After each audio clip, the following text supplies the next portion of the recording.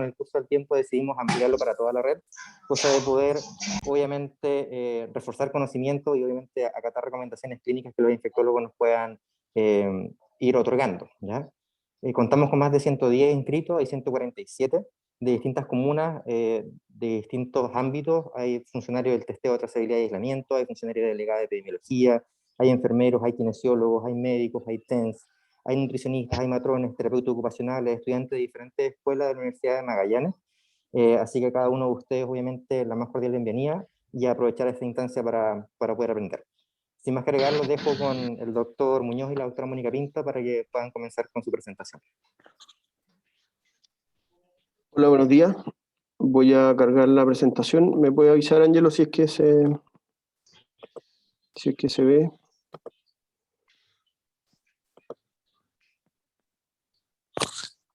Perfecto. Ya. Gustaría solamente ampliarlo a pantalla completa. Sí, estoy. ¿Ahí? Ahí sí. Ya, bueno, muchas gracias por la invitación. Obviamente estamos súper monotemáticos en el último año y medio. Nos gustaría poder hablar de otras cosas también. Pero a solicitud del servicio y por alguna, y poder, digamos, llegar a más gente, pensamos en... ¿Te escucho conmigo? Pensamos hacer este update para poder hacer un recuerdo y ver algunas cosas que han cambiado. Primero, partir por lo básico. Pero, un segundo que tenemos. ¿Aló? Doctor Sí. Muñoz, lo que pasa ¿Sí? es que la Anita Pilquinao tiene su micrófono abierto, entonces se hace eco. Anita, tu teléfono. No, pero yo no escucho, le bajé el volumen. Rodrigo No, Curril si se escucha. también tiene micrófono abierto. ¿Aló? Elisa Astorga. ¿Ahí? Ahí se fue el eco. Ya, disculpen. Entonces, bueno, volver vamos a partir desde lo básico. Acordarse que coronavirus es un virus que existe, su infección en humanos desde el año 65, un virus que tiene una alta tasa de mutación, pero está descrito ya desde los años 20 como una infección, como un virus que produce infecciones respiratorias zoonóticas. El humano, el principal sitio de replicación son las células epiteliales del tracto respiratorio superior, y hasta que partió esto, un tercio de los resfríos comunes eran causados por coronavirus, y sabíamos además que era curso autolimitado. Están descritos además todos los coronavirus que producen resfrío común, que son 4, pero ya desde hace un tiempo habíamos visto la emergencia de algunos coronavirus. El año 2002 en China, que había se vieron 8.096 casos, con 774 muertos, con lo que tenía una mortalidad bastante más alta que la que hemos tenido ahora, de un 10%. Y el 2012, otro virus, otro coronavirus en el Medio Oeste, de 2.494 casos, con 858 muertos, lo que nos da una tasa o una mortalidad de un 35%. Bueno, todos sabemos la aparición de este nuevo virus, que está íntimamente ligado al SARS del 2002.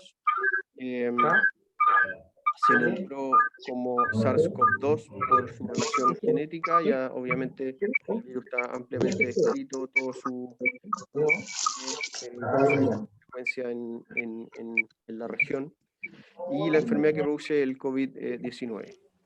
Importante hablar algunas cosas de transmisión, porque esto es algo que a todos nos ayuda, ya sea en nuestra práctica clínica o en nuestra vida habitual. Sabemos que se transmite por aerosoles, o sea, principalmente por aerosoles que de menos 5 micrómetros de diámetro, que tienen esta posibilidad de suspenderse en el aire, también por transmisión aérea, que hemos visto que tiene hasta más de 1 metro de distancia, pero su transmisión principal es por contacto de gotitas, por esta partículas de más de 5 micrómetros de diámetro que sean por contacto directo o por estar a menos de 1 metro de distancia. Hasta ahora se ha estudiado bastante y se ha conversado bastante el tema de la estabilidad ambiental de coronavirus. La verdad es que parece ser que no es un componente tan importante en relación a los otros tipos de transmisión. Sabemos que la enfermedad puede entrar principalmente a través de mucosas, ojos, nariz o boca a un huésped susceptible. Y lo que hemos visto que a pesar de que podemos tener coronavirus en deposiciones en orina, esto como forma de transmisión es bastante poco probable y cultivos de virus vivos anecdóticos. Todavía hay algunos micrófonos abiertos y se escucha gente conversando. Si pueden apagar los micrófonos, por favor. Sí, hay muchos micrófonos prendidos. Yo no sé si se pueden Por favor, le apagar. pido a TTA, que está escrito como TTA, que apague su micrófono. Voy a solicitar a ver si es que Tix nos puede bloquear los micrófonos. Eso, yo creo que se pueden bloquear desde allá. Sí, el anfitrión puede bloquear todo. Sí. Bueno, desde el punto de vista de transmisión, y esto es lo que hemos visto desde el inicio, está escrito desde el primer brote en Wuhan, que la mayoría de los casos se dan en transmisión por superdifusores y principalmente en contextos domiciliarios. ¿Ya? Obviamente hay transmisión comunitaria, pero eso tiene un menor porcentaje, como un 20% de los casos, y es lo que mantiene además la transmisión abierta hacia otras comunidades y otras familias. Pero la mayoría de los casos, o el 80% de los casos, se dan estos clústeres, ya sea familiares o centros que tienen mucha gente viviendo juntas. ¿Ya? Y eso la verdad es que lo seguimos viendo hasta el día de hoy. Importante hablar de algunas consideraciones. El modo de transmisión de SARS-CoV-2, como le decía, es el modo de transmisión predominante persona a persona, así que el contacto directo por gotitas al toser, estornudar o hablar, sin ninguna barrera de protección, sin mascarilla o a una distancia cercana, sigue siendo el modo de transmisión predominante. Y esto está basado obviamente en estudios que muestran que altos niveles de virales en el tracto respiratorio superior. Otra de las cosas que sabemos y que se han demorado bastante las autoridades de salud de los distintos lugares como el CDC o la OMS en hablar finalmente de transmisión aérea, ya que está ya confirmada por algunas entidades, pero las implicaciones de tener una enfermedad que además tiene transmisión aérea son bastante importantes y nos habrían servido mucho desde el inicio de la pandemia, y ya teníamos muchas sospechas de que esto era así desde el día 1. Obviamente los espacios cerrados y lo que hablamos de los transmisores facilitan la transmisión de SARS-CoV-2, así que otra de las cosas a tener en consideración.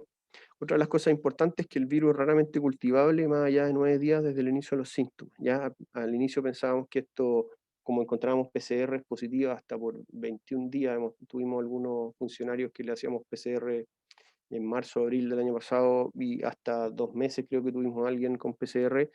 Bueno, lo que encontramos ahí es solo material genético, el virus raramente cultivable después de 9 días, y eso es lo que tiene que ver con los días de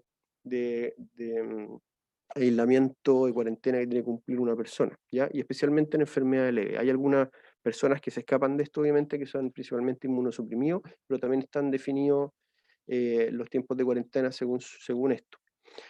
También hay una alta correlación entre la reducción de la infectividad y la carga viral y los anticuerpos y los aumentos de anticuerpos neutralizantes, ya que eso también está descrito desde trabajos bastante iniciales que demostraban que rápidamente los pacientes hacen anticuerpos contra la enfermedad y anticuerpos neutralizantes, y eso está directamente relacionado a la disminución de la infectividad y la negatividad de los cultivos desde el día 9, 10 en adelante.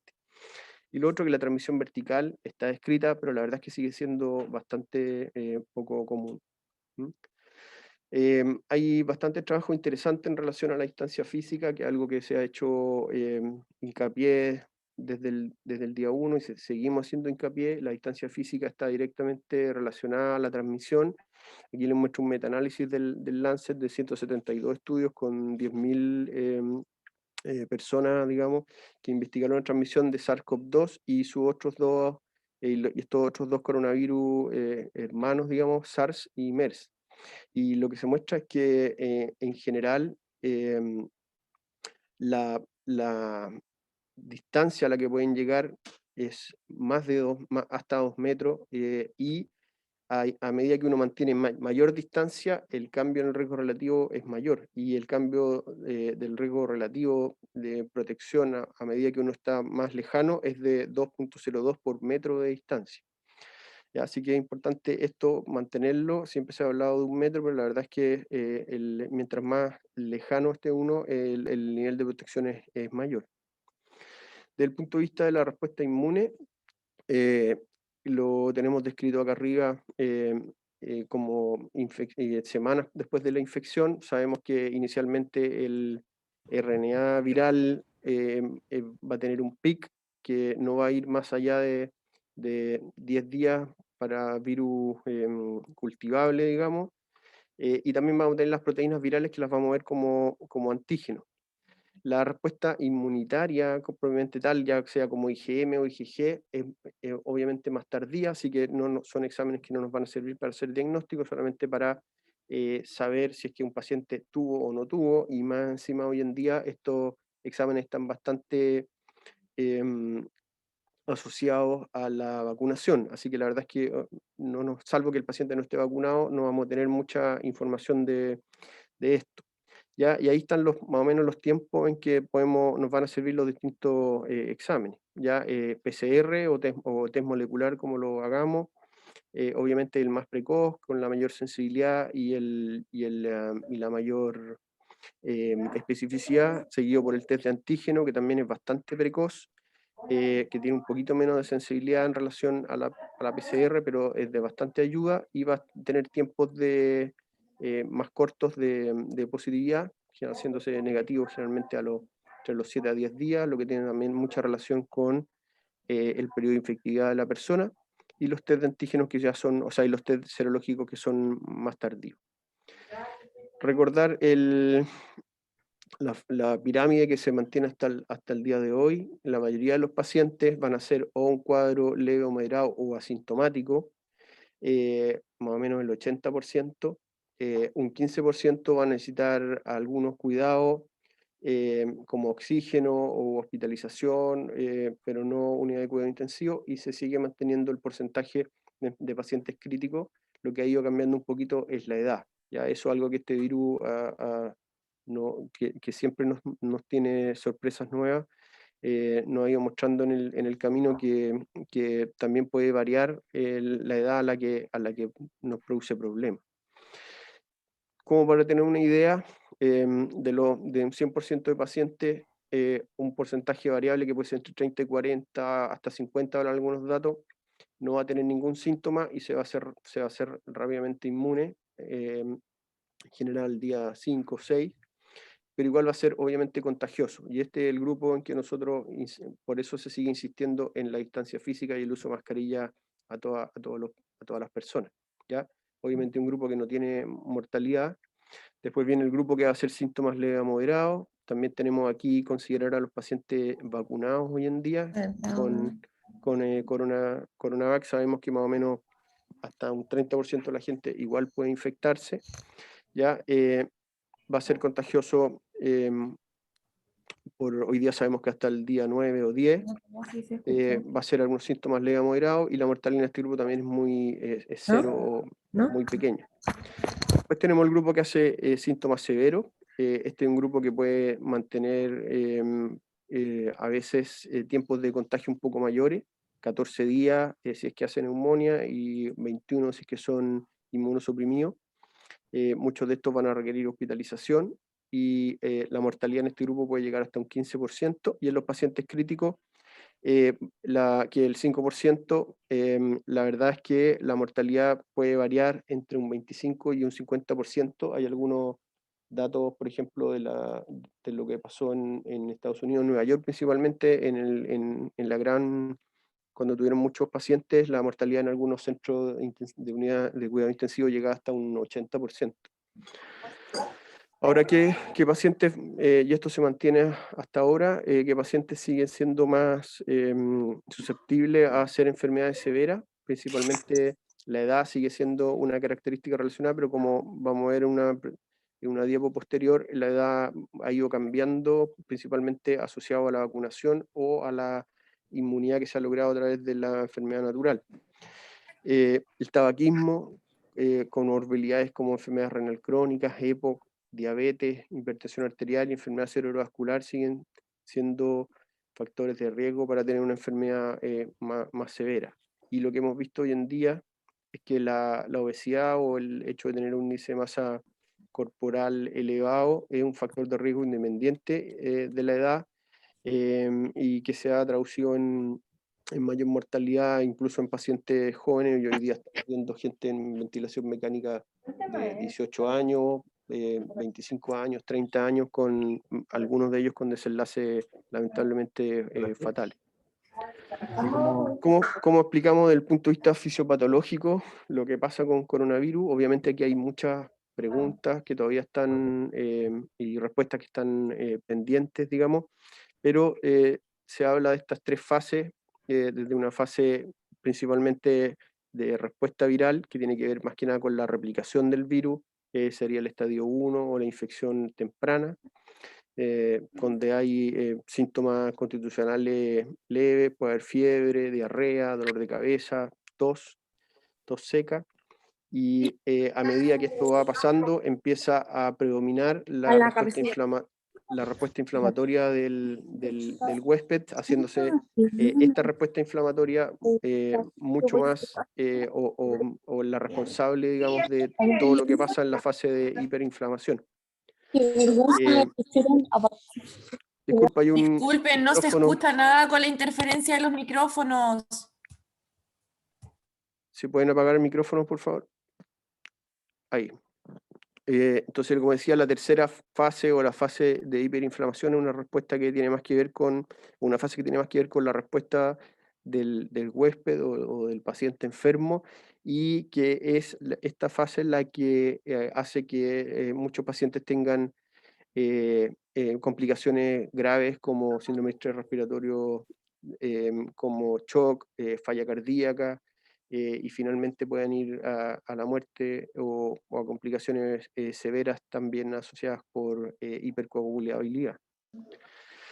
Recordarles las definiciones de caso, ya obviamente siempre hay que estarlas revisando, no han tenido cambio por lo menos los últimos 2 meses, por lo que me acuerdo.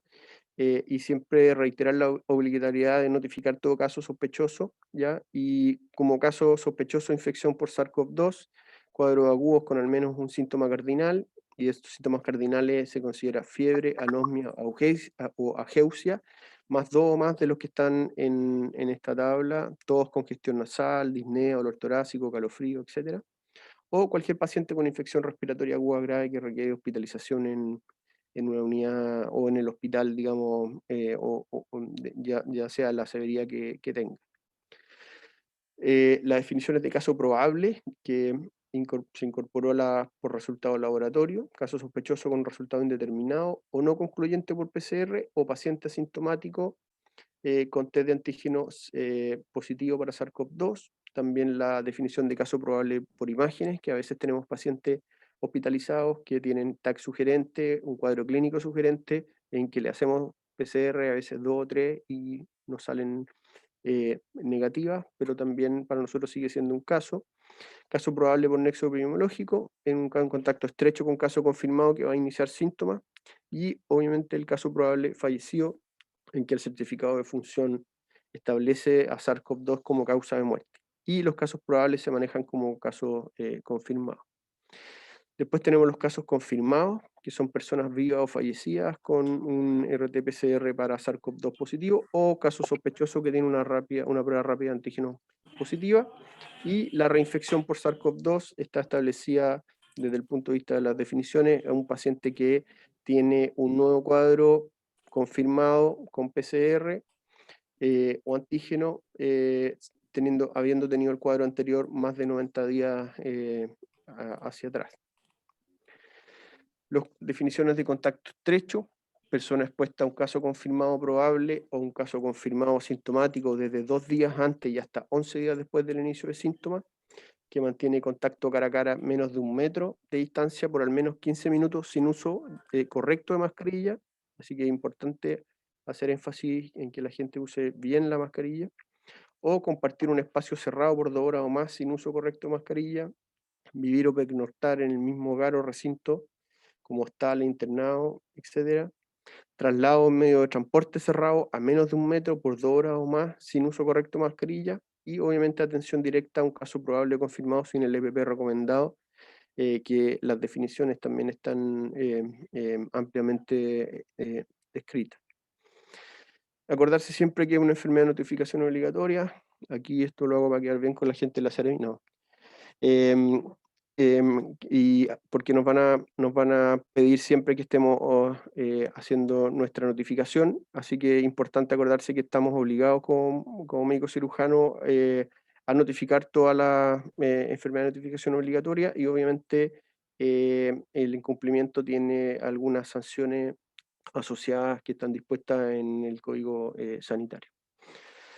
¿Qué es lo que hemos visto en el país? Esta es la última descripción de síntomas. En general, los síntomas que siguen siendo más habituales por descripción en Epivigila son cefalea, tos, mialgia, fiebre y odinofagia, obviamente seguido por los otros casos, pero en general hay que tener, obviamente hoy en día, un alto índice de sospecha. Nos pasa mucho que la gente, incluso personal que trabaja en salud, minimiza mucho síntomas respiratorios y siguen hablando de resfrío. La verdad es que la vigilancia respiratoria o alergia que hemos visto nosotros de otros virus es prácticamente inexistente, así que cualquier síntoma respiratorio debiera obligarnos a hacer estudios de SARS-CoV-2 y a tener un aislamiento preventivo de esa persona. Y esto es lo que seguimos viendo hasta el día de hoy.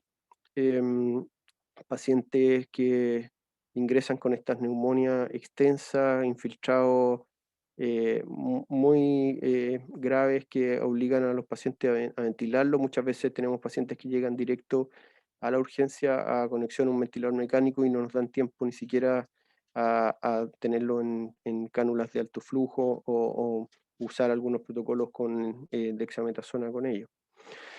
Desde el punto de vista epidemiológico, bueno, esto ya todos sabemos, 176 millones de casos descritos hasta el día de ayer, con casi 4 millones de fallecidos.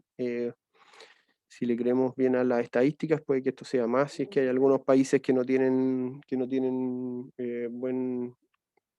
buena estadística de lo que está pasando, pero se nos ha agregado el tema de las vacunas, que ahí vamos a conversar un poquito después. En el mundo ya van 2.366 millones de dosis de vacunas administradas, con algunos ejemplos exitosos de resultados en algunas partes del mundo. Bueno, todos sabemos cuál es la situación del país hoy en día. Si lo vemos como país, la verdad es que lo que se está viviendo ahora es lo llamado una segunda ola. Nuestra situación local en Magallanes es un poco distinta. Tuvimos a mediados de abril, fines de abril, un pic importante con una disminución de casos que todo el mundo pensó que iba a llegar hasta ahí, pero obviamente asociado a relajación de medidas. Lo único que hace esto, el virus, es volver a tomar vuelo, y ahora estamos viendo nuevamente un pic similar al previo, y estamos esperando qué es lo que pasa en estos días, y esto ha tenido nuevamente muy estresado al sistema de salud en todas partes, ¿ya? Y todos sabemos que la ocupación de camas críticas ha sido muy importante. Tenemos ocupación casi total en muchos lugares del país, y nosotros, a pesar de tener buenos números, igual tenemos la unidad de cuidado intensivo permanentemente llena, y a veces con 1 o 2 camas disponibles, y siempre jugando a las camitas calientes, digamos, en el sentido de se desocupa una cama y siempre se ocupa en forma bastante rápida. ¿ya? Y esto ha hecho que el tema sea muy dinámico y tiene, como ustedes saben, a los equipos de salud muy cansados y muy complicados con toda la situación. Y esto es lo que estamos viviendo ahora, esta gran diferencia o este cambio de las edades a las que el virus está afectando. Como sabíamos en junio, esto está escrito en junio del 2020 y en junio del 2021, la mayoría de nuestros pacientes estaban en el 2020 entre 60 a 69 años o agrupados entre 50 y 70 años. ¿Ya? Y lo que estamos viendo ahora es que los menores de 40 están siendo en gran parte los que están haciendo uso de las camas de intensivo, casi tan importante como los de 50 a 59 años. Así que este era un grupo que en general se consideraba que estaba, y ellos también se consideraban que estaban de cierta forma inmunes o que no iban a tener problemas con el COVID. Bueno, hoy en día es uno de los grupos etarios que están con mayor problema y que tienen mayor probabilidad de ingresar a unidades de cuidado intensivo. Bueno, esta es la situación local, por todos conocida, nuestro gran pic inicial que está acá en abril del 2020, que de alguna forma lo llamamos como el pic de los cruceros asociados al turismo, que fue nuestro primer contacto, que lo vivimos en forma muy intensa, pero si uno lo compara con lo que pasó después en septiembre, después del brote de las pesqueras, la verdad es que se ve bastante pequeñito, pero desde ahí hemos vivido esta endemia permanente, con un brote nuevamente en enero y este pic que vivimos, o tercera ola que vivimos en abril, y de la que estamos en este momento bajando, pero tenemos algunas razones para pensar que esto puede tener alguna relación con la vacunación, pero no estamos 100% seguros, principalmente por las características de las vacunas. La mayor de los porcentajes de los casos se concentraron en 30 y 39 años en general y 52% del sexo masculino. Con la doctora Pinto y el doctor Navarrete y la gente del CADI hemos participado en varios trabajos y estudios para explicar un poquito qué es lo que ha pasado, y la verdad es que lo que hemos visto que en cada uno de estas olas, ya sea la fase 1, la fase 2 o el aumento que tuvimos por contagio en pesqueras, y la fase 3, la gran fase 3, digamos, de septiembre-octubre, cada una de estas fases tienen relación con el ingreso de nuevas variantes virales a la región, ¿ya? Durante fase 1 tuvimos principalmente variantes relacionadas a lo que estaba pasando en el resto del mundo. Todas estas variantes podían ser seguidas desde el punto de vista de su característica genética a algunas variantes de Europa y de Nueva York que llegaron a la región probablemente asociada al turismo. Después estas variantes desaparecieron completamente y se seleccionó una cepa local que fue capaz de producir toda la segunda ola o tercera ola, principalmente segunda ola, después del pic o el aumento de contagio de las pesqueras, que fue la famosa cepa magallánica. Esta cepa de alguna forma se seleccionó muy localmente, empezó a circular a fines de mayo y después de julio en adelante se hizo predominante y se ve que fue la única cepa que circuló durante bastantes meses. Hoy en día el equipo del CAI sigue haciendo estos estudios de secuenciación y lo que se ha visto que esta cepa o esta tercera ola que tenemos en este momento se da principalmente asociada a infección por cepa brasileña o P1, y la cepa magallánica la verdad es que está bastante poco presente, pero aún logra producir algunos contagios, ¿ya? Y la mayoría de los pacientes, y esta cepa no se ha visto en otras partes del mundo, sino que fue muy local y solamente hay algunos casos descritos con estudios de secuenciación en Ushuaia.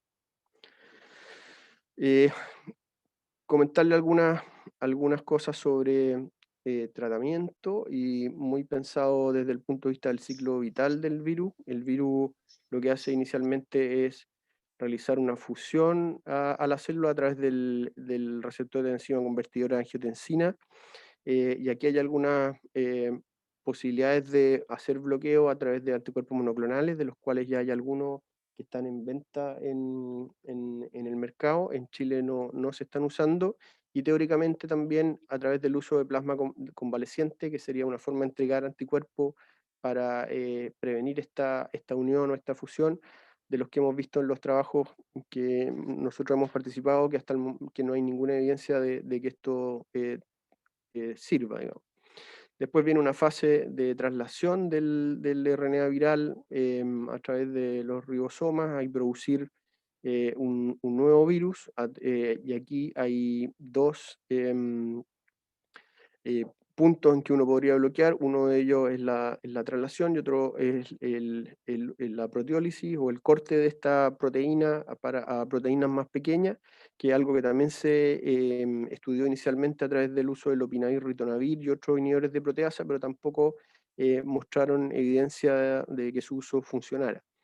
Después viene esta fase de producción de nuevos viriones, a través de un paso por el aparato de Golgi, que en este caso se produce una replicación a través de una RNA polimerasa, y de los cuales existen algunos fármacos que vamos a conversar ahora, como el remdesivir, que podrían bloquear este paso. Y finalmente la salida, perdón, la entrada a través de otro modelo de entrada del virus por endocitosis, que teóricamente podría haber sido bloqueado por hidroxicloroquina, pero que hasta el momento, o sea, la información que tenemos, que eso la verdad es que no tiene ningún uso. Durante el inicio de la pandemia y varios meses después, no tuvimos ninguna información. Todo lo que hacíamos era un poco basado en cosas que se habían hecho en China inicialmente y que parecían haber funcionado, pero no había mucha evidencia. Pero ya desde junio en adelante empezamos a recibir muchos trabajos de investigación que estuvieron explorando estas cosas, entre ellos el uso de hidroxicloroquina. Uno de los grandes protocolos que nos han ayudado son principalmente el Recovery, que ha evaluado mucho estas estrategias de fármaco y que nos han mostrado que algunos de ellos no sirven. Por ejemplo, la hidroxicloroquina, que ya la abandonamos en junio del año pasado, así que esperamos que en ninguna parte del mundo se siga usando, porque la evidencia contra su uso es bastante importante. También el Recovery nos ayudó a tener información sobre el uso de corticoides, que también es algo que se usó bastante desde el inicio, pero sin tener mucha evidencia. Y lo que nos muestra el Recovery es que la dexametasona sí tiene evidencia, el uso de 6 miligramos al día intravenosa o vía oral por 10 días, pero vamos a ver que en un subtipo o un subset de pacientes muy específico, que es solamente los pacientes que requieren oxígeno o que están en una unidad de cuidados intensivos con un ventilador mecánico. Si el paciente requiere oxígeno, el uso de dexametasona en este protocolo mostró que se salva una vida por cada 25 pacientes tratados, y en caso que el paciente esté en ventilador, una vida salvada por cada 8 pacientes tratados. ¿Ya? No hay ningún otro contexto en que el corticoide, salvo que tengamos algún paciente que requiera corticoides por otra causa, pero en este contexto solo de la infección por COVID, no hay ningún otro contexto en que los corticoides no ayuden, ¿ya? Salvo que el paciente requiera oxígeno. Otra de las cosas que se ha demostrado alguna evidencia es el uso de tocilizumab. La verdad es que el tocilizumab es un anticuerpo monoclonal contra interleuquina 6. También Recovery lo estudió y lo evaluó.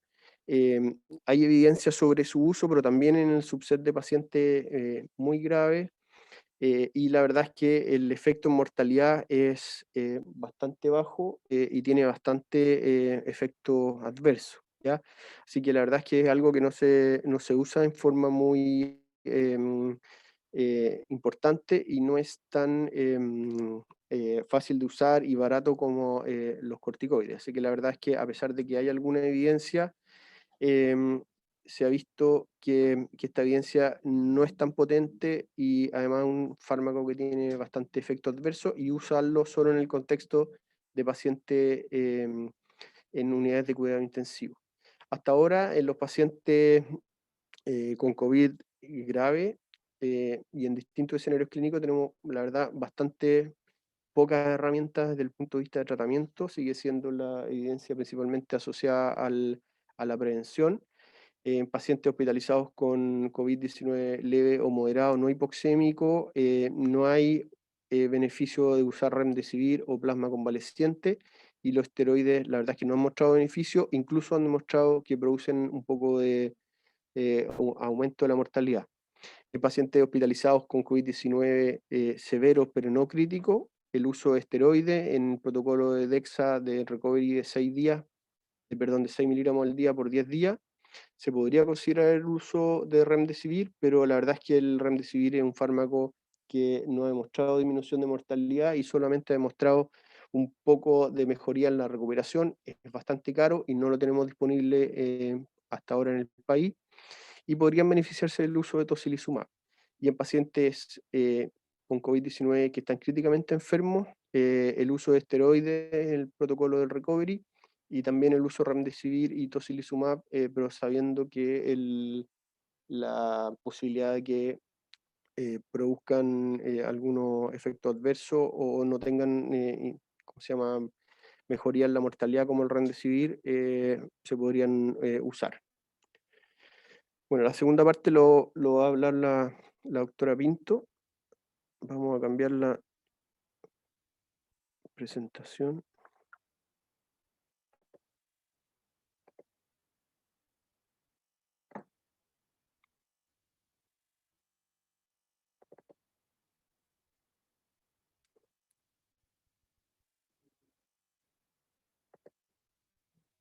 ¿Se ve la...? No, no está compartida la pantalla por el momento. Ya, dame un segundo.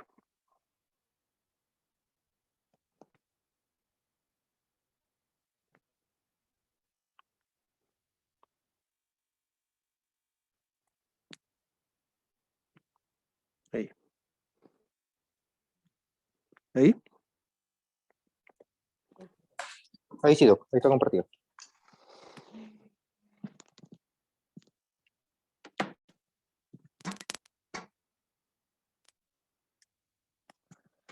Hola, buenos días. Bueno, yo voy a seguir con esta parte. Agradecemos la presencia de todos, tremenda audiencia, 196 participantes veo.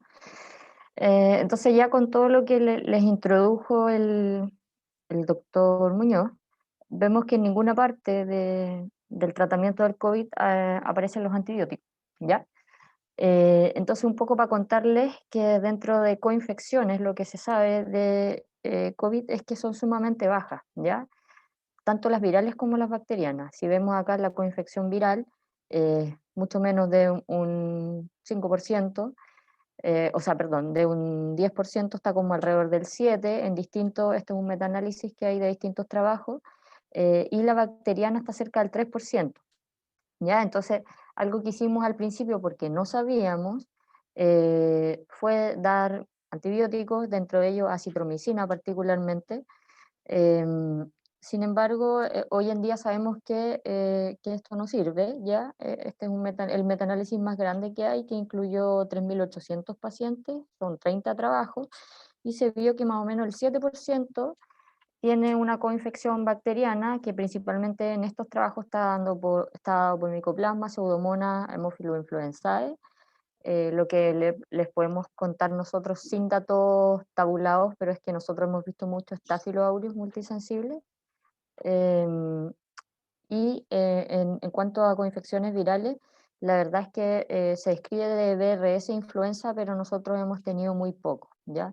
Prácticamente no hemos tenido circulación de otros virus respiratorios, recién está apareciendo BRS en Santiago, probablemente a propósito de que hubo reinicio de clases antes de esta cuarentena total, Nosotros este año tuvimos circulación de rinovirus y un par de adenos, pero prácticamente todo en este momento es COVID. Así que la verdad es que de entrada por lo menos no hay justificación alguna para que le partamos antibióticos a alguien, menos de manera ambulatoria. De manera hospitalaria lo que hacemos es valorar las imágenes para ver si tienen alguna condensación o algo, que a pesar de que asumimos de que pueda ser viral, no tenemos cómo descartar ni decir que es bacteriano en ese momento, ¿ya? Sin embargo, el consumo de antimicrobianos, a pesar de estos datos que yo les cuento, se disparó. En un principio uno puede haber pensado que se disparó porque no sabíamos, pero luego se ha mantenido esta conducta. Entonces eso es lo que queremos tratar de recalcarles y dejarles el mensaje de que a pesar de que el paciente tenga fiebre, que la va a tener un par de días, a pesar de que el paciente tenga crépitos, que la va a tener porque tiene una neumonía, pero en este caso es viral, no requiere antibióticos. Entonces, esto es una revisión rápida y metaanálisis de la prescripción de antibióticos en el COVID-19. Está hecho por un grupo británico, son 154 trabajos, más de 30.000 pacientes, todos eran con COVID confirmado. Ellos incluyeron adultos y niños y para que vean que 3/4 partes recibieron antibióticos y sin embargo la coinfección que ellos estimaron en su corte era de 8%. ¿Ya? Entonces hay un uso indiscriminado, como en otras patologías virales, de antimicrobianos y que tenemos que tratar de frenar porque probablemente el COVID va a seguir con nosotros un tiempazo más. Y es una de las entidades donde podemos ahorrar antibióticos tanto por sus efectos adversos como por la resistencia. Entonces, cuando fueron a ver esta misma corte, ¿qué era lo que más se indicaba? Igual depende del continente, pero mucha fluoroquinolona, principalmente en China. Uno podría decir, bueno, los chinos les tocó primero y no sabían, puede haber sido. Sin embargo, todos los continentes han seguido la conducta. Norteamérica, harto macrólido, que se usa en Estados Unidos. Yo diría que acá en Chile fue lo que más se usó también, sin embargo, acá no está Sudamérica. Y lo otro, en hospitalizado, beta-lactámico, en el fondo tanto Europa como Norteamérica, beta-lactámico y macrólidos, que es como la combinación de las neumonías graves. Cuando se fue a ver en el fondo en prevalencia quién dejaba más antibióticos, bueno, están todos acá cerca del 75% del grupo global, ¿cierto? Que yo les contaba, pero China es quien se disparó dando antibióticos acá, y el Medio Oriente, ¿ya? Los otros no dejan de ser porcentajes menores, digamos, o sea, 65% más o menos le dejaban en Europa y en Estados Unidos. Cuando se fue a ver por niños, los pediatras eran un poco más cautos, 40% de los COVID le dejaban antibióticos, a los adultos mucho más, ¿ya? Cuando se ve el modelo completo llega a cerca del 75%. Y obviamente quienes más tienen indicación son los pacientes que están hospitalizados en UCI, mucho menos que los que son ambulatorios, pero si se dan cuenta los ambulatorios un 60% prácticamente también recibió. Entonces es un número sumamente alto. Lo que se daba principalmente era citromicina, ¿ya? Y acá hicieron un trabajo en Gran Bretaña igual. Ellos incluyeron a pacientes que tenían sospecha de COVID, después sacaron su corte de quienes se confirmaron y quienes no. Mayores de 65 años o menores pero con comorbilidad. Fue en ambulatorio, son 2.000 pacientes y lo que ellos querían ver en el fondo era el reporte de la mejoría clínica. Entonces, acá en el fondo son los cuidados habituales más acitromicina y los cuidados habituales sin antibióticos, ¿ya? Y el tiempo en que la gente reportaba en días que mejoraba, hay un micrófono prendido. Era 7 días para quienes usaban acitromicina y 8 días para el cuidado habitual sin antibiótico. No hay una diferencia estadística, tampoco lo hay en el porcentaje de hospitalización, o sea, el antibiótico tampoco previene que estos pacientes hagan una neumonía bacteriana y luego se tengan que hospitalizar. Eso fue para el total de la población, que acuérdense que eran sospechas de COVID, pero luego cuando lo fueron a ver en los COVID que salieron efectivamente positivos, tampoco hay diferencia entre los que usaron acitromicina y los que no usaron antibióticos, tanto en días de reporte de mejora de síntomas y en hospitalización, 6 y 7%. Así que la verdad es que la acitromicina no muestra mejoría. Ellos acá no fueron a ver ningún efecto adverso, pero acuérdense que los macrólidos pueden dar diarrea, son mal tolerados, dan dolor de guata y bueno, también nos generan resistencia. Entonces esto es lo mismo, pero hecho en curva, las diferencias no son significativas, todos los hazard ratio pasan por el 1, ¿ya?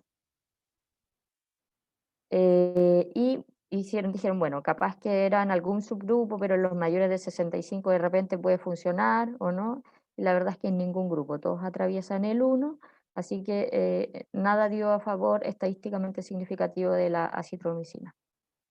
Así que acitromicina no. Así que pareciera ser que son muy frecuentes las coinfecciones, sobre todo tanto las bacterianas como las virales. Tenemos que considerar que vamos a tener COVID harto tiempo más, así que no se justifica terapia antibiótica empírica en atención primaria. Nosotros tampoco le dejamos al hospitalizado. Todos los que ingresan con algún antibiótico desde la urgencia al día 1 es suspendido, salvo que tenga alguna imagen sugerente o alguna clínica donde de verdad sospechemos sobre infección. Recordar que son pacientes, especialmente lo de las neumonias, que se van a presentar con fiebre, que van a tener una PCR elevada, que van a tener leucocitosis. Entonces, para nosotros, nada de eso es como discriminatorio para decir esto es bacteriano o no. Tenemos algunos métodos diagnósticos disponibles acá en el hospital, como FilmArray, que son plataformas de PCR que buscan agentes que causan neumonía de manera molecular y nos podrían decir si hay coinfección o no en algunos pacientes muy puntuales, porque es un examen muy caro que tampoco le podemos hacer a todo, y la mayoría, la verdad es que uno le ve el escáner y la presentación es el virus esmerilado clásico y ahí no hay por dónde dejarle antibióticos porque es una neumonía viral. Obviamente es súper distinto un paciente que se presenta choqueado, con mala perfusión, hipotensión, que requiere droga vasoactiva y que se va a ir a la UCI. Probablemente en ese no le vamos a cuestionar el antibiótico, y recordar que esto tiene costos individuales, o sea, se altera la microbiota, los efectos adversos, no de selección de cepas, digamos, pero algunos pueden hacer rash. Recordar que la fluoroquinolona pueden afectar la parte tendínea, rotura de los tendones aquilianos, se ha visto harto, hacen delirium los adultos mayores, puede dar clostridium, hemos visto casos, y los colectivos que afectan a toda la resistencia y contra lo que estamos luchando en realidad no para un par de años más, porque ya es una realidad. Además, todas estas bacterias multiresistentes, independiente que no tenemos nada que darle, se ha demostrado claramente que esos pacientes se mueren más. Respecto a vacunas, la verdad es que el país ha tenido una buena política de vacunas en ese sentido. Tenemos en este momento un pool interesante de distintos mecanismos de acción, ¿cierto? La principal que está más masificada en el país es la de Sinovac, que se llama Coronavac, ¿cierto? Que es virus inactivado. También tenemos vacunas basadas en RNA mensajero, que son las que hasta ahora demuestran más eficacia. Nosotros tenemos Pfizer, pero también existe Moderna, ¿cierto? Y vectores virales que se han ido incluyendo a medida que pasa el tiempo. Tenemos la de Oxford AstraZeneca, hace poco se agregó CanSino, y la última, la de Johnson Johnson, que es la de Janssen, ¿cierto? Todos son con vectores virales de adenovirus. También está ahí la Sputnik, que la tienen los argentinos y los rusos. Y bueno, un poco de palabras de algunas, de las RNA mensajeros fueron de las primeras que hubo datos, ¿cierto? Y bueno, acá están las dos vacunas de RNA mensajero, el azulito es Moderna y Pfizer es el rojo oscuro, por decir así. cuando hubo comparación versus placebo, se vio que claramente las vacunas de RNA mensajero disminuían la posibilidad de enfermedad grave y mortalidad con un 95% de efectividad. Está aprobada desde los 16 años Pfizer en particular, así que en nuestro país desde ahí se está vacunando. Rodrigo tiene... Jimena, por favor, apagar su micrófono.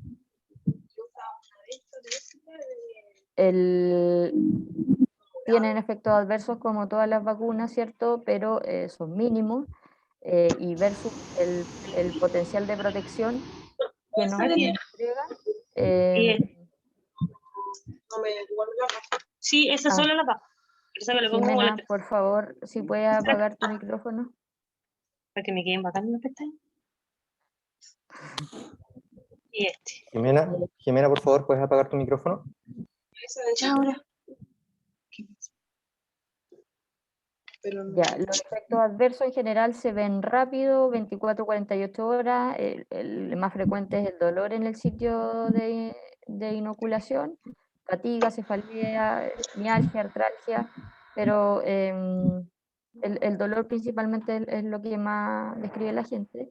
Sin embargo, las reacciones graves, que son las que nos podrían contraindicar las vacunas, son sumamente raras. En Pfizer, cuando ya llevan 1 millón de dosis, describieron 4,7 casos y Moderna mucho menos, la mitad, 2,2 casos por millón de dosis. Ninguna con mortalidad cuando llevan ya 18 millones de dosis, así que son vacunas seguras. El problema que teníamos en algún momento era la cadena de frío, ¿cierto? Que Pfizer, que era la que teníamos nosotros, tenía que tener una cadena de frío de -70 y en el refrigerador aguantaba 5 días y después que ya abrían el frasco para las dosis, las 5 dosis que trae, duraba un par de horas.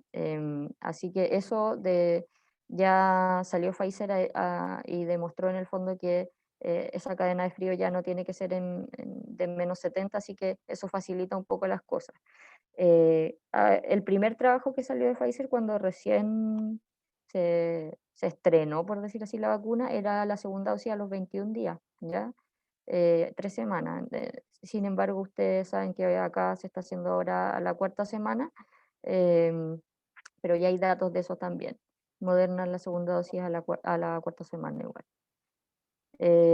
Y tenemos el estudio clínico, digamos, del laboratorio, pero además tenemos el estudio en la realidad, que fue Israel principalmente, que fue quien vacunó con RNA mensajero más rápido a su población. Y este trabajo es del New England, donde buscaron pacientes vacunados, o sea, la población de Israel vacunada y no vacunada, pero entre diciembre del 2020 y febrero del 2021, y ahí hicieron un match 1 a 1, más o menos con los mismos datos demográficos de vacunados versus no vacunados, y el N es súper importante, casi 600.000 personas, y ellos se dieron cuenta que en todos los outcomes que fueron a medir, que era infección de SARS-CoV-2, casos sintomáticos con hospitalización y casos severos, hubo una gran diferencia entre vacunados y no vacunados, ¿ya? Si hablamos de sintomáticos, 94 versus 57, también disminuía la adquisición de la infección, hospitalización, y en los casos graves 92 versus 60 de COVID severo. Y para muerte, en esta corte le daba un 72% de protección más que la corte no vacunada, ¿ya? Oh, no avanza. Ahí sí. De vector viral, lo primero que tuvimos aprobado acá en el país fue Oxford AstraZeneca. Fueron los primeros datos que salieron, que esta fue una vacuna bien, bien rara porque cuando hicieron el estudio primario, algunos les pusieron la dosis completa y a otros les pusieron media dosis. Se dieron cuenta después cuando analizaron los datos. Entonces, a los que les pusieron la dosis completa, cuando vieron el análisis, el 62% protegía para enfermedad leve a moderada, pero a los que le pusieron la mitad, 90%. O sea, nunca tuvieron cómo explicar por qué el de la mitad estuvo más protegido. Porque cuando hicieron el análisis de todo el grupo, finalmente para enfermedad leve a moderada, 70% de protección global, sin embargo, 100% para casos graves, ¿ya? Son 2 dosis, el intervalo es de 4 semanas, y acá ya la cadena frío es más fácil porque es de 2 a 8 grados, ¿ya? El ISP la aprobó en enero ya, y ya se está aplicando en Chile también. El problema con esta vacuna, y que tuvo muchos medios de comunicación y todo, es que se produjeron algunos casos tanto de trombocitopenia, que se atribuyeron a la vacuna, como de trombosis. Entonces, hubo alrededor de 30 casos reportados en un país puntual de trombosis, entonces se frenó la vacunación en varios países mientras salían los datos reales, bueno, y trombocitopenia inmune mediada por vacuna también, que se maneja con corticoides y gamma globulina, ¿ya? Estos fueron el reporte de los casos como en la literatura. Sin embargo, cuando ya fueron a ver los datos oficiales, la verdad es que efectivamente parecía haber alguna relación con estas trombosis, ¿cierto? Pero la protección que entregaba la vacuna es muy superior al riesgo de que pueda haber una trombosis, ¿ya? En los diferentes grupos. Acordarse que alto riesgo de trombosis también hay que asociarla a otros factores de riesgo, como ser mujer, fumar, obviamente que haya una trombofilia, ¿ya? Y el riesgo, por ejemplo, acá en la población entre 30 y 50 años, llega a ser protector entre 25 y 50 veces, versus el menos del 1% de tener la posibilidad de hacer un trombo. Entonces, bueno, lo que se hizo acá en Chile evita admisiones por UCI, todo esto.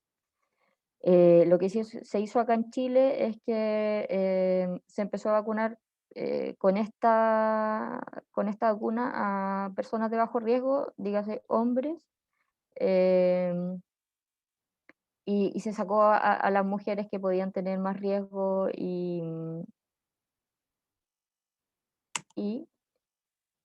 no avanza. Espérenme. Ya, esto, bueno, como para hacerlo de nuevo con más ejemplo, de 100.000 personas que vacunen, en 4 meses una persona va a hacer una trombosis, pero van a prevenir 50 o 60 muertes y muchas hospitalizaciones de UCI. Así que si fuese la única vacuna que tuviésemos y tuviesen que escoger entre el riesgo de tener una trombosis versus tener el riesgo de morir de COVID, sobre todo en alguien con factores de riesgo para un COVID grave, yo por lo menos escogería vacunarme. ¿Qué pasó acá en Chile? AstraZeneca se empezó a poner, pero hubo un hombre de 31 años que hizo una trombosis, entonces... Felipe, por favor, apagar el micrófono. Entonces autorizaron y definieron que los que hayan recibido la primera dosis de AstraZeneca podrán recibir la segunda dosis de Pfizer, para no exponerlos en el fondo, ya que hubo un caso. Y esto ya se está haciendo en otros países y demuestra la mezcla, digamos, de vacuna de vector viral y RNA mensajero, y ha demostrado buenos títulos de inmunogenicidad. Y la última que se agregó fue la de Johnson & Johnson, ¿cierto? Esta vacuna todavía no tiene su paper oficial de fase 3, está en camino, pero los datos de los estudios primarios muestran que la eficacia para prevenir hospitalizaciones graves es 85% más o menos a los 28 días de su administración. La gracia que tiene es que, igual que CanSino, es una dosis. Y los ensayos clínicos para enfermedad moderada grave, un 67%, ¿ya? De las inactivadas, la que la lleva a nuestro país, la que tenemos más masificada, ¿cierto?, es CoronaVac, que son 2 dosis. Los primeros estudios estuvieron entregados por el grupo de Brasil, ¿cierto?, que mostraba eficacia para casos leves de 78 prácticamente por ciento, pero 100% para casos graves. tenía una cadena de frío más fácil de llevar también. El ISP la aprobó desde 18 años en adelante.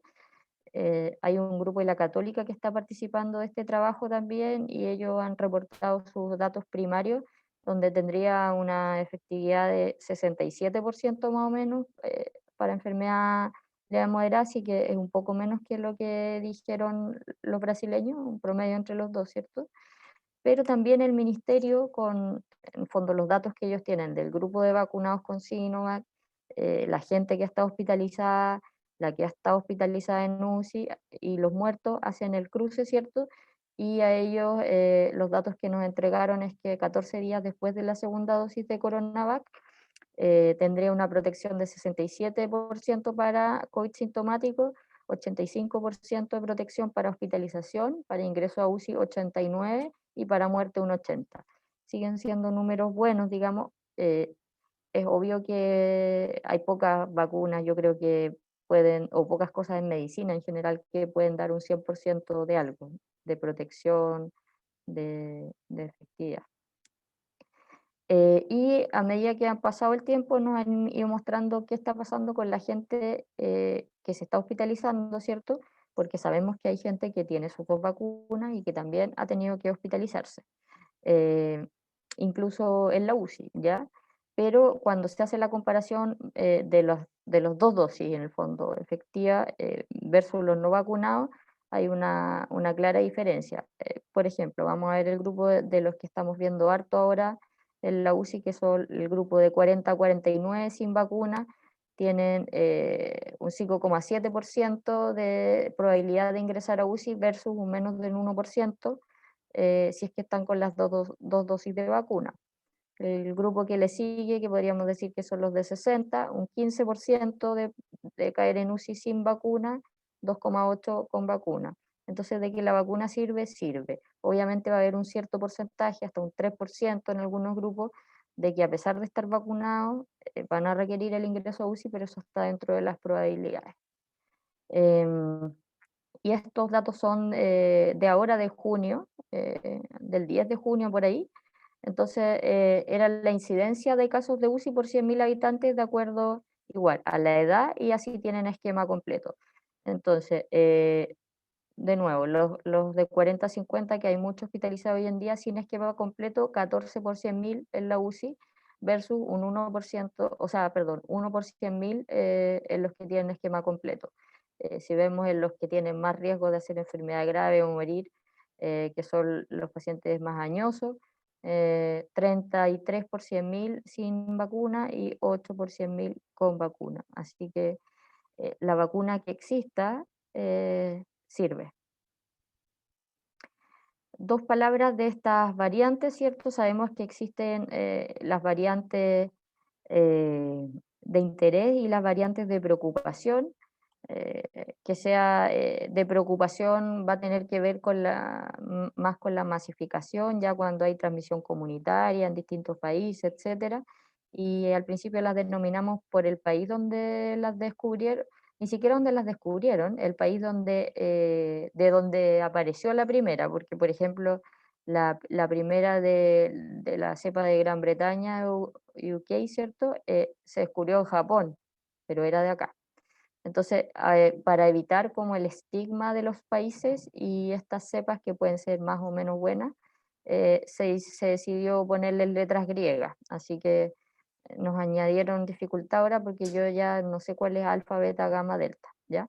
Entonces, alfa es la de Gran Bretaña, beta es la de Sudáfrica, gamma es la de Brasil y delta es la de India. La más mala hasta ahora es la delta. Sin embargo, hay otras variantes que todavía no han pasado a ser de preocupación, pero que las tienen ahí en la mira, ¿cierto? Vigilando para dónde va la cosa.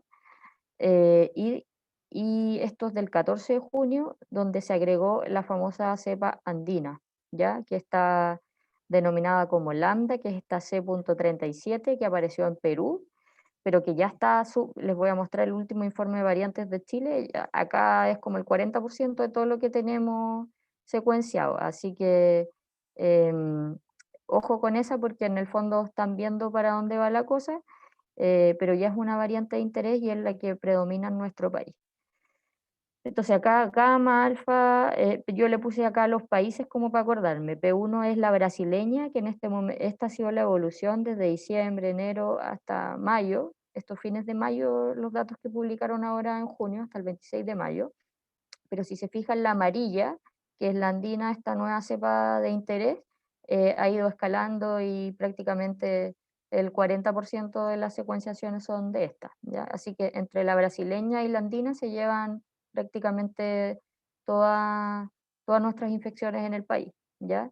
La sudafricana se ha visto presente, pero en baja proporción, principalmente en viajeros, y si se fijan acá, de la cepa británica partió súper fuerte en diciembre, pero luego se la comió, digamos, la brasileña y ya cae en menos casos. En este reporte, que es el último que hay, no se ha detectado linaje delta, que es el de India, que pareciera ser en este momento el más agresivo. Sin embargo, ya entró al país con un viajero, digamos, solo que no hay contactos comunitarios, ¿ya? Solo fue un viajero. Entonces, ¿cuál es el problema de esto? Es que ya está súper descrito que para el virus original, lo que yo les contaba de la respuesta más o menos de las vacunas, para la británica hay hartos trabajos que muestran que la eficacia se mantiene. Sin embargo, para la India, que es la de acá al medio, son estudios que se han hecho con medición de anticuerpos neutralizantes, ya no es como la vida real, pero hay menos producción de anticuerpos, entonces se cree que se puede perder la protección en esta cepa y haber un escape inmune, que es lo que se llama, entonces para todas las vacunas, ¿ya? Así que ojo con esta cepa. Y P1, que es la brasileña, por lo menos se había visto que había reducción de anticuerpos neutralizantes, sin embargo hay trabajos que ahora muestran que sí no anda bastante bien en P1. Así que bueno, esto va a requerir en el fondo que hagan trabajos como ya con la gente vacunada, más que de laboratorio propiamente tal. Y bueno, respecto a las vacunas, nosotros como región vamos súper bien. Se han administrado en Chile prácticamente 20 millones de dosis y nuestra región es la que la lleva en este momento en el avance de vacunación, ¿cierto? Cuando vemos el porcentaje de cobertura, que son las 2 dosis, em, o las que tienen una dosis con su dosis única puesta, estamos en 76%, ¿cierto? Se supone que la meta es el 80%, sin embargo acá nosotros queremos vacunar a todos, ni siquiera el 80% de la población objetivo, que sabemos que no es el 100% de la población de la región, idealmente cuando ya se aprueben niños y todo, tener vacuna a toda la región, todo el que quiera vacunarse en el fondo. Así que eso hace un esfuerzo mancomunado del Servicio de Salud, básicamente ahí teniendo su fuerte con la gente de APS y la Seremi. Así que felicitaciones para todos quienes han participado. Nosotros queremos una foto con los corpóreos además porque nos parecieron que fue una idea genial. Acordarse de esto, sí, la vacuna, yo les he hablado que casos leves, casos graves, UCI, muerte, pero no previene que uno pueda adquirir el virus y tener una infección o asintomática o ser portador, pero transmitir. Así que las medidas de prevención hay que seguir manteniendo. Bueno, quedarse en casa idealmente, evitar aglomeraciones, ¿cierto? Mantener el distanciamiento, lo que les decía el doctor, mientras más lejos, mejor. Obviamente no es para que anden como antisociales, ¿cierto? Pero 2 metros cuando hagan las filas y esas cosas. Lavarse las manos, más que lavarse es higiene de manos, porque si andamos en la calle, alcohol gel, ¿cierto? Toser cubriéndonos, usar mascarilla, idealmente mascarilla certificada, ¿cierto? Y bueno, avisar en el tema de los síntomas, ha pasado harto también con este grupo de pacientes jóvenes que a muchos también los vemos llegar tarde, porque son pacientes que se aguantan mucho en la casa con los síntomas y ya llegan prácticamente en insuficiencia respiratoria. Estas medidas no es que sean antojadizas, está súper demostrado que disminuyen el contagio persona a persona. Y eso era todo. Gracias por escucharnos. Y bueno, no sé si alguien tiene alguna pregunta.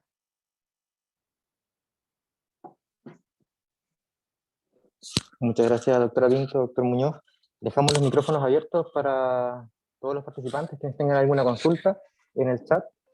Voy a leer una que estaba escrita para ver si nos pueden apoyar ahí. Un segundo. Voy a subir el volumen. JP Tello nos pregunta si es que las imágenes de consolidación de los TAC con broncograma aéreo es un criterio aislado para dejar cobertura con antibióticos, y si es que es posible diferenciar si es producto del mismo COVID dicha consolidación. Hola Juan Pablo. Mira, el broncograma va a ser igual si es que es bacteriana o no es bacteriana, y sabemos que también hay neumonias virales. Así, puramente por la radiología nosotros no podemos diferenciar, sin embargo, a veces no tenemos como los métodos diagnósticos a mano para hacer el diagnóstico de sobreinfección, porque si tuviéramos antígeno urinario de neumococo, de legionela, pudiésemos hacerle a ese paciente un film array respiratorio, sí podríamos diferenciar, pero en general a esa consolidación con broncograma hospitalizado, sí le dejamos antibióticos. Sí, bueno, lo otro es que, por ejemplo, ahora tenemos film array de neumonía, lo vamos a empezar a usar, en la clínica lo usamos más, y vemos si varios neumococos en esas consolidaciones. Y lo otro que hemos visto a veces es Staphylo. Así que eso, la verdad es que en esas consolidaciones grandes como patacones, digamos, con harto broncograma aéreo, sí uno podría sospechar que hay infección bacteriana. También nos preguntan si es que se ha demostrado algún beneficio con el uso de budesonida en la prevención de la progresión del COVID-19 en pacientes que son ambulatorios. Sí, mira, lo revisé recién porque yo me acordaba que había un trabajo, ahora hay una revisión del ministerio que revisó los 2 trabajos que hay. No hay ninguna evidencia en ingreso a ventilación mecánica, y el trabajo más grande no tiene evidencia de que su uso sea beneficioso porque pasa por 1, pero al hacer este juego matemático de los 2 trabajos, agregando el segundo trabajo que es bastante más pequeño, sí se alcanza algún beneficio estadístico. La verdad es que yo creo que falta información, no sé si hay algunos trabajos ahora andando para eso. Sí. Así que por ahora yo no lo usaría, digo. Perfecto. Nos pregunta Franz si es que se han visto mutaciones alfa-delta en Magallanes, y además con respecto a las coinfecciones, aunque en general son poco frecuentes, ¿cuál es el perfil o grupo de pacientes que padecen de ellas con mayor grado? Mira, el CADI sigue secuenciando, así que lo que sabemos es que sí tuvimos en la región cepa británica, que no hubo como transmisión comunitaria, eran 2 personas viajeras, digamos, y sí, claramente lo que está circulando hoy en día es la cepa, la P1, la brasileña, y Delta no tenemos. Perfecto, muchas gracias. Manuel Hernández, me gustaría saber qué vacuna se recomienda en pacientes con antecedente de Guillain-Barré.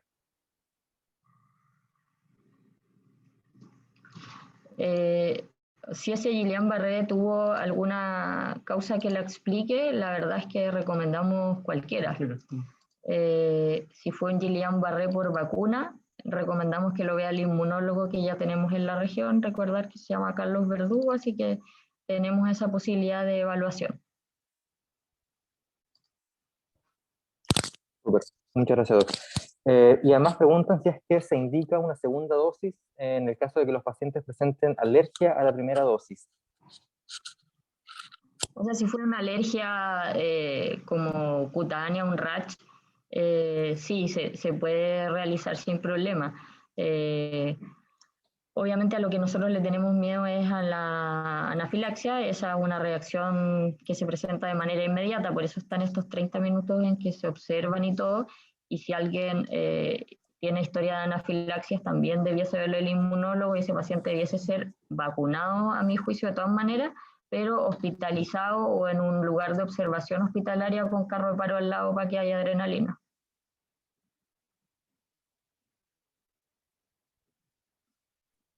Perfecto.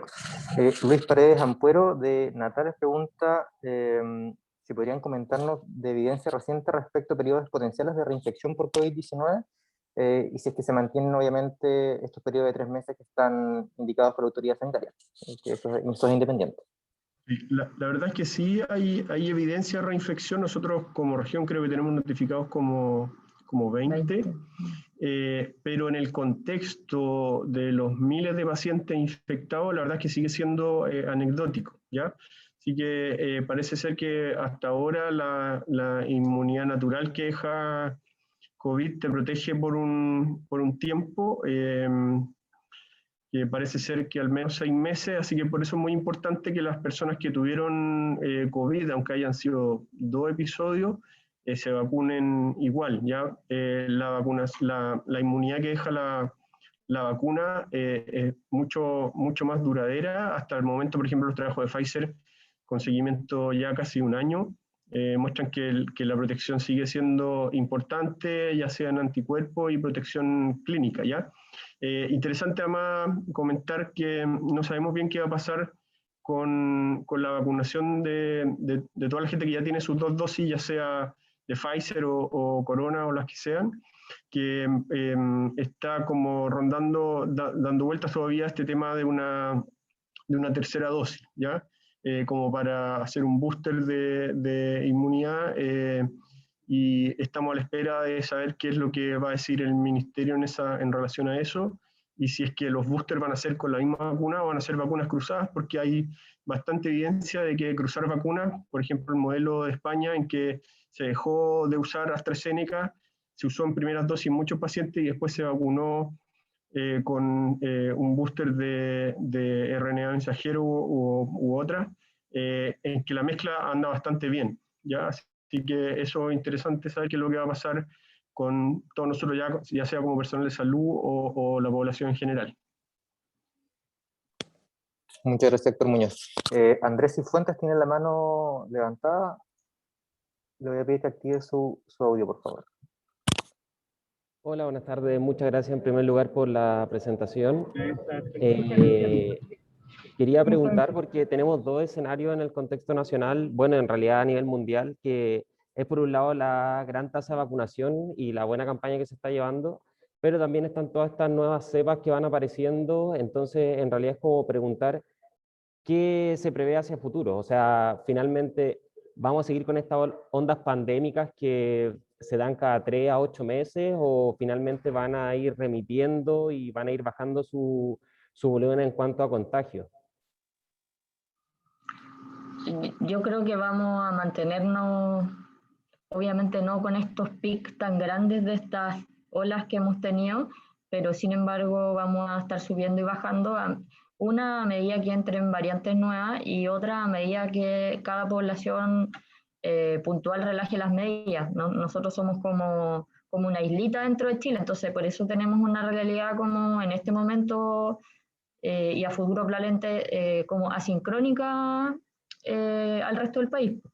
Pero sí, claro, allá hay variantes que demuestran que puede haber escape de las vacunas, así que lo que hay que ver es idealmente que no lleguen, y en el momento que llegan, si la ciencia sigue avanzando a la par, probablemente ¿qué va a pasar? Que estas vacunas de RNA mensajero se modifiquen tal vez y no sé, pues tengamos que ponernos una vez al año con la última cepa que ande circulando, tipo influenza.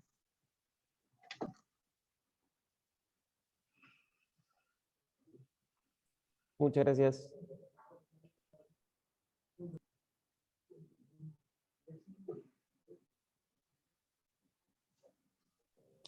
Pregunta Franz, ya se conocen las características de las mutaciones lambda, la peruana.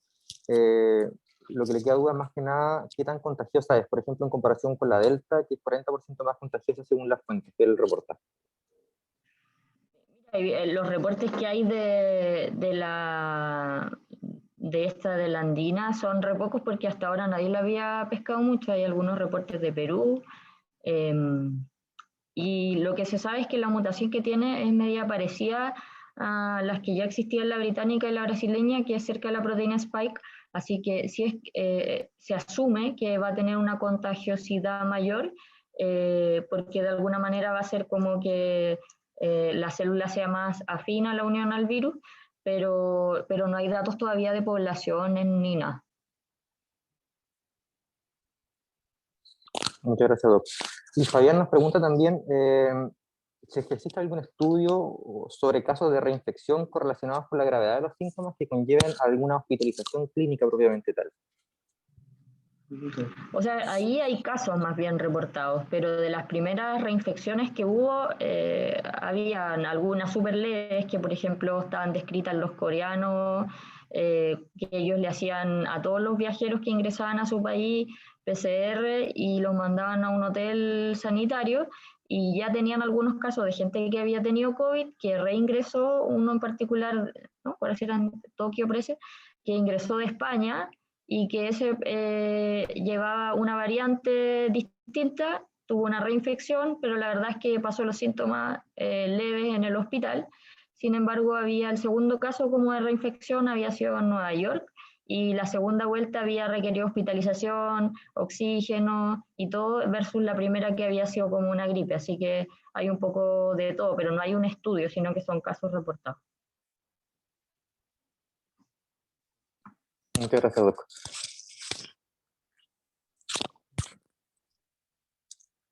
¿Alguien más tiene alguna pregunta aprovechando la instancia? Mónica Gatica nos pregunta, dado el actual escenario, desde Trazabilidad hemos pensado comenzar a realizar seguimiento a casos sospechosos que en su primera muestra tienen resultado negativo. ¿Cuándo recomiendan realizar una segunda toma de muestra de PCR o antígeno, y con qué síntomas, o solo se mantienen los síntomas cardinales? Bueno, nosotros creemos que repetirlo en 48 horas, 72 horas es un buen tiempo. Ya, acordarse además que el test de antígeno tiene un periodo más acotado, así que si han pasado, no sé, más de 7 o 10 días de síntomas ya no nos va a ayudar mucho más. Ahora, con respecto a los síntomas, obviamente todos trabajamos con una definición que nos da el ministerio, tenemos síntomas cardinales, etcétera, pero estamos con una enfermedad que tiene un 40% de asintomáticos. Así que la verdad es que nosotros, por ejemplo, en personal de salud, alguien que está con síntomas, que los síntomas no mejoran, que hacemos la PCR y está negativa, siempre preferimos igual excluirlos de la atención hasta que al menos hayan pasado los 11 días requeridos. Obviamente hay mucha variabilidad local, y si uno se restringe específicamente a lo que te dice la definición de caso, sí pueden pasarse muchos casos que vuelvan a hacer circular el virus en la comunidad.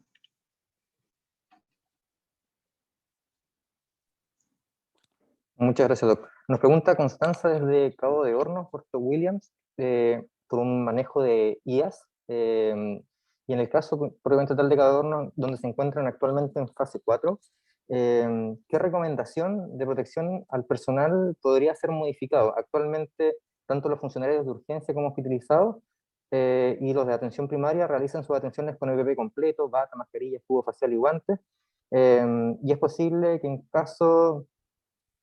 Y pregunta si es que es posible efectivamente que en los casos de los funcionarios de urgencia no respiratoria y EPS pudieran llegar a comenzar a utilizar solo mascarilla quirúrgica y entregarle mascarilla quirúrgica a los pacientes que se traten.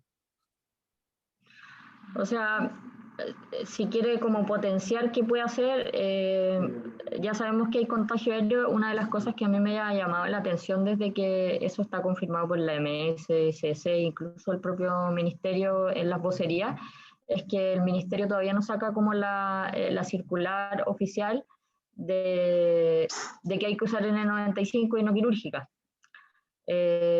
Nosotros la verdad es que en las partes clínicas acá prácticamente todo el personal está usando N95. Y bueno, o sea, cuando uno pueda, entre comillas, dejar de usar la mascarilla va a ser cuando haya circulación cero, pero eso en este momento todavía no existe, así que nosotros usamos EPP para todos los pacientes positivos y negativos acá, porque además hemos tenido negativos que se han positivizado en el hospital, ya sea por el mismo personal que puede andar asintomático, las pocas visitas que reciben, o el compañero de pieza que puede haber ingresado por otra causa y era un portador asintomático. Así que, ¿qué le diría yo? Que siga usando EPP y que lo que puede mejorar es la mascarilla. Muchísimas gracias, Doc. Y Sergi nos pregunta, ¿cuántos meses de protección otorga probablemente tal la vacuna, tomando en consideración un caso hipotético de que no aparecieran nuevas cepas? Más que nada como desde la experiencia de las campañas de vacunación y del Programa Nacional de Inmunizaciones. Yo creo que va dirigida la pregunta. La verdad es que no sabemos, porque sabemos que Pfizer hasta la fecha, desde que empezaron a vacunar, sí protege, pero todas las otras vacunas llevan menos tiempo. Y sabemos que han entregado protección hasta lo que llevan de tiempo, así que sabemos que al menos 6 meses sí, pero muchas recién están completando y todavía no llegan al año.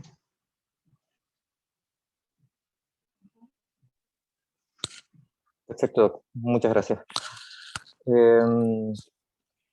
Creo que no hay más preguntas, por lo menos en el chat. No sé si alguien quiere hacer alguna pregunta para desactivar su micrófono.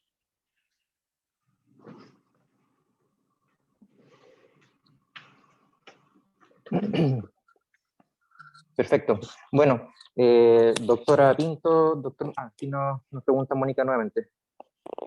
¿Qué actividades adicionales pueden recomendar realizar en la comunidad para potenciar el trabajo de testeo de trazabilidad y aislamiento, ya que actualmente, dada la baja de casos, podrían ser redirigidos su trabajo? No entendí de nuevo, por favor. Básicamente la estrategia de TTA está bastante normada desde el punto de vista ministerial, y obviamente ¿Ya? con la cantidad de baja de casos actualmente en la comuna, hay mayor disponibilidad de recursos humanos y de tiempo para poder enfocarse en otras actividades. Se preguntan de qué forma poder reenfocar quizás la estrategia para acoplar algunas otras funciones en el equipo de testeo, trazabilidad y aislamiento. Yo creo que buscar los pocos casos que deben haber dando vueltas que no se han pesquisado, y hincarle el diente a la cadena. Pues, o sea, nosotros tenemos una definición puntual de contacto estrecho y que las 48 horas y todo, pero muchas veces sabemos o no podemos saber con certeza que se incubó justo 48 horas antes. Entonces, esa cadena, tratar de cortarla si tiene la posibilidad de mucho más atrás. Pues. Y lo otro, insistir en la comunidad este tema de los resfríos, que la gente dice ando resfriado. Un resfrío para alguien, caer en ventilación mecánica para otra persona. Entonces, insistir, y yo creo que aquí siempre está este tema de la comunicación de riesgo. Todos nosotros somos, a todos nos preguntan nuestros familiares, otros funcionarios, y insistir con el tema de las reuniones familiares, de las juntas. Lamentablemente todas las relajaciones de medidas siempre van seguidas de un rebrote. Nosotros que somos una región que tiene un porcentaje de vacunación muy importante, tenemos que saber que igual tenemos todavía 20.000 o 30.000 personas sin vacunar, incluyendo los niños, y los otros que estamos usando vacunas que todavía tienen un 30 o 20% de posibilidades de infectarse. ¿Ya? Así que comunicación de riesgo para todo el equipo de salud y no minimizar síntomas, y siempre animar a la gente a hacerse estudios, ya sea antígeno o PCR, ante cualquier sintomatología.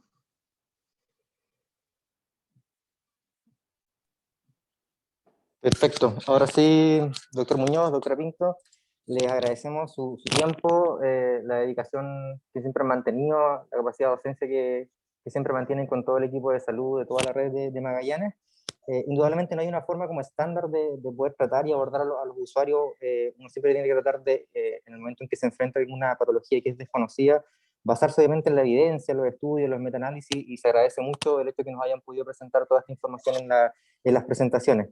Igual es importante, como mencionó el doctor Muñoz, ir viendo cómo es la evolución de la pandemia, cuáles son los perfiles de riesgo de nuestros usuarios, cuál es el perfil demográfico de nuestros usuarios, para estar un poco más atentos y poder tener una vigilancia un poco más cercana a estos usuarios que actualmente, a diferencia del año pasado, a lo mejor pueden estar teniendo algún riesgo de tener un COVID más grave.